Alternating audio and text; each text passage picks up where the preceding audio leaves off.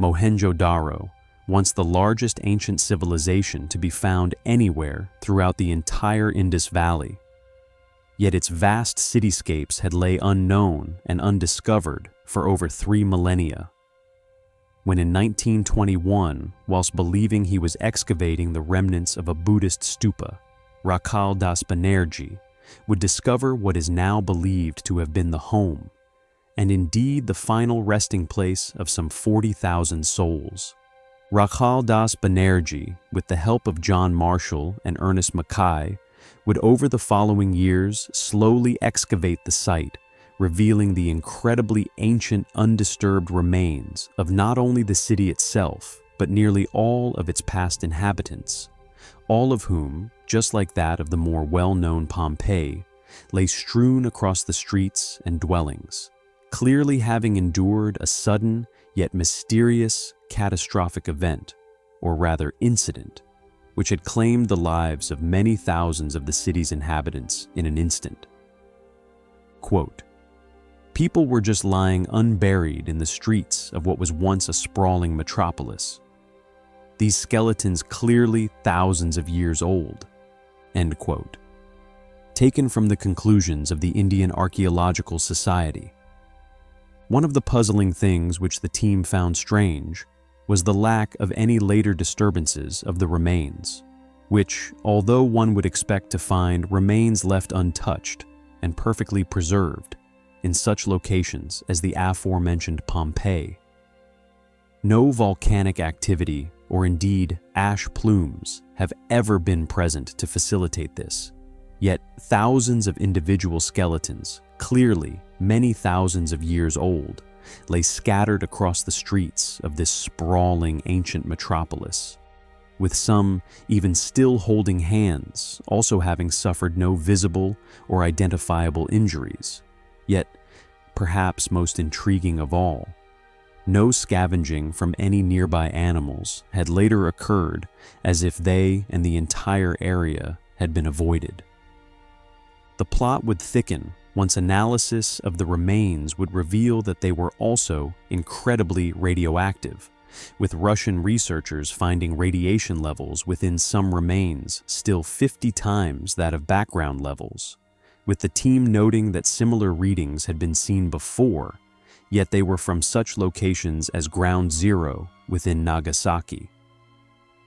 An additional caveat, which may further indicate what could have happened here, are anomalies later found between the Ganges and the mountains of Rajmahal, which have now been demonstrated to have long ago somehow been subjected to intense heat, with huge masses of ancient, possibly pre-flood walls and foundations in the area once somehow fused together, with many still exhibiting this evidence of an ancient vitrification event into the present day. Did a nuclear explosion somehow go off over this ancient city within Pakistan many thousands of years ago? Well, this is indeed the astounding conclusion of British researcher David Davenport, whom after having spent over 12 years studying ancient Hindu scripts in an effort to unravel Mohenjo Daro's mystery, would publish these startling findings within his book, Atomic Destruction in 2000 BC, Milan, Italy, 1979. Quote, "There was an epicenter about 50 yards wide where everything was crystallized, fused, or melted. 60 yards from the center, the bricks are melted on one side, indicating a blast. The horrible, mysterious event of 4,000 years ago that leveled Mohenjo Daro was recorded in an old Hindu manuscript called the Mahabharata. It states as follows: white-hot smoke that was 1,000 times brighter than the sun rose in infinite brilliance and reduced the city to ashes," the account reads. Water boiled. Horses and war chariots were burned by the thousands. The corpses of the fallen were mutilated by the terrible heat, so that they no longer looked like human beings. The description concludes, "It was a terrible sight to see. Never before have we seen such a ghastly weapon." End quote. David Davenport would declare in 1996, within the conclusion of his in-depth research, that the city was instantly destroyed around 2000 BC. Interestingly, the ancient texts also repeatedly refer to Vimanas, flying cars, which flew under their own power and were also utilized during the event. Davenport's intriguing theory has predictably been met with intense and varying forms of interest from the scientific community. Nationally known expert William Sturm, for example, said, quote, "The melting of bricks at Mohenjo Daro could not have been caused by a normal fire." With Professor Antonio Castellani, a space engineer located in Rome, adding, quote, "It's possible that whatever did happen at Mohenjo Daro was not a natural phenomenon." Was there an ancient nuclear explosion within modern-day Pakistan? Were there many of these similar events throughout the world?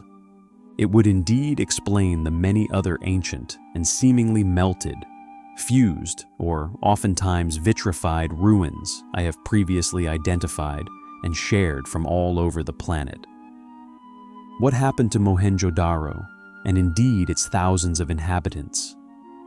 It is a mystery which I find highly compelling. Please don't forget to like and subscribe to support my controversial research here upon YouTube. Thank you.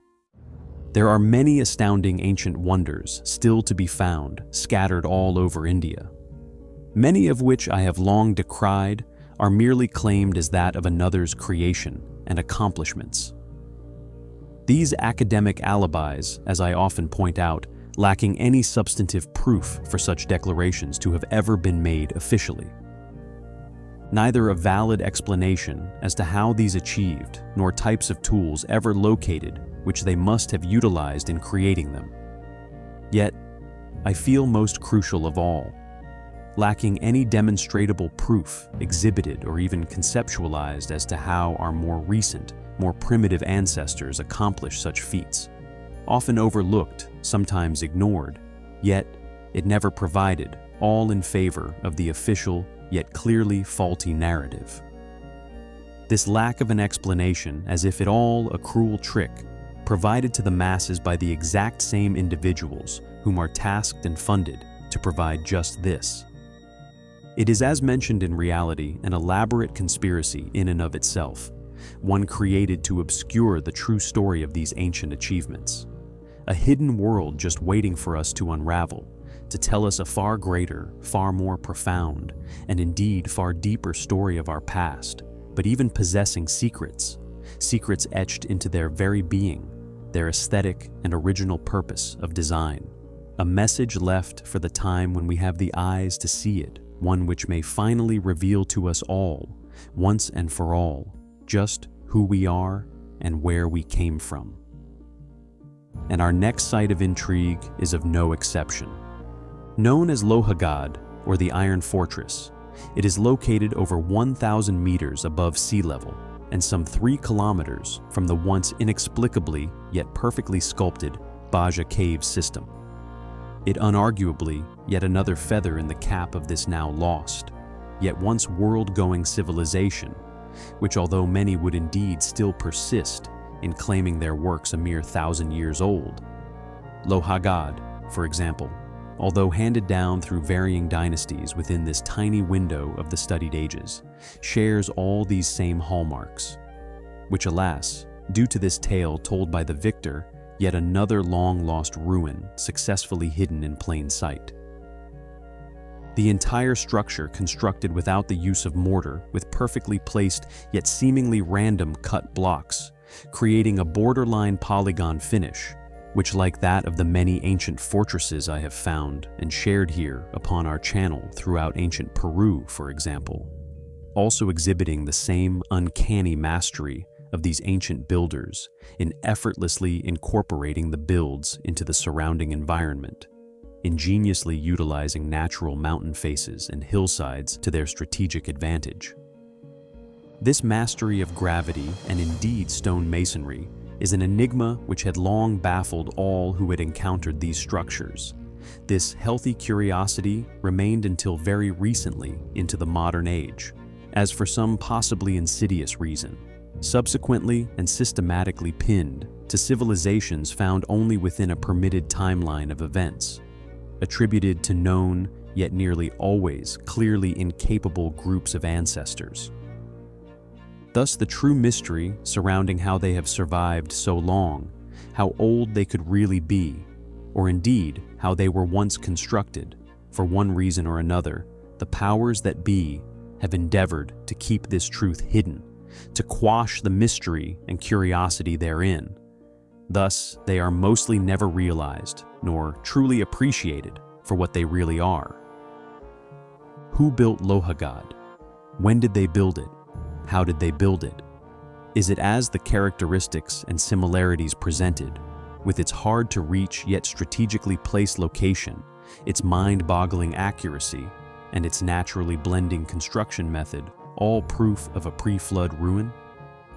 More study into its possible true age and prehistoric origins is surely needed to fully establish just who built this place. I will keep you posted on any further developments. It is a possible pre-flood ruin, which I find highly compelling.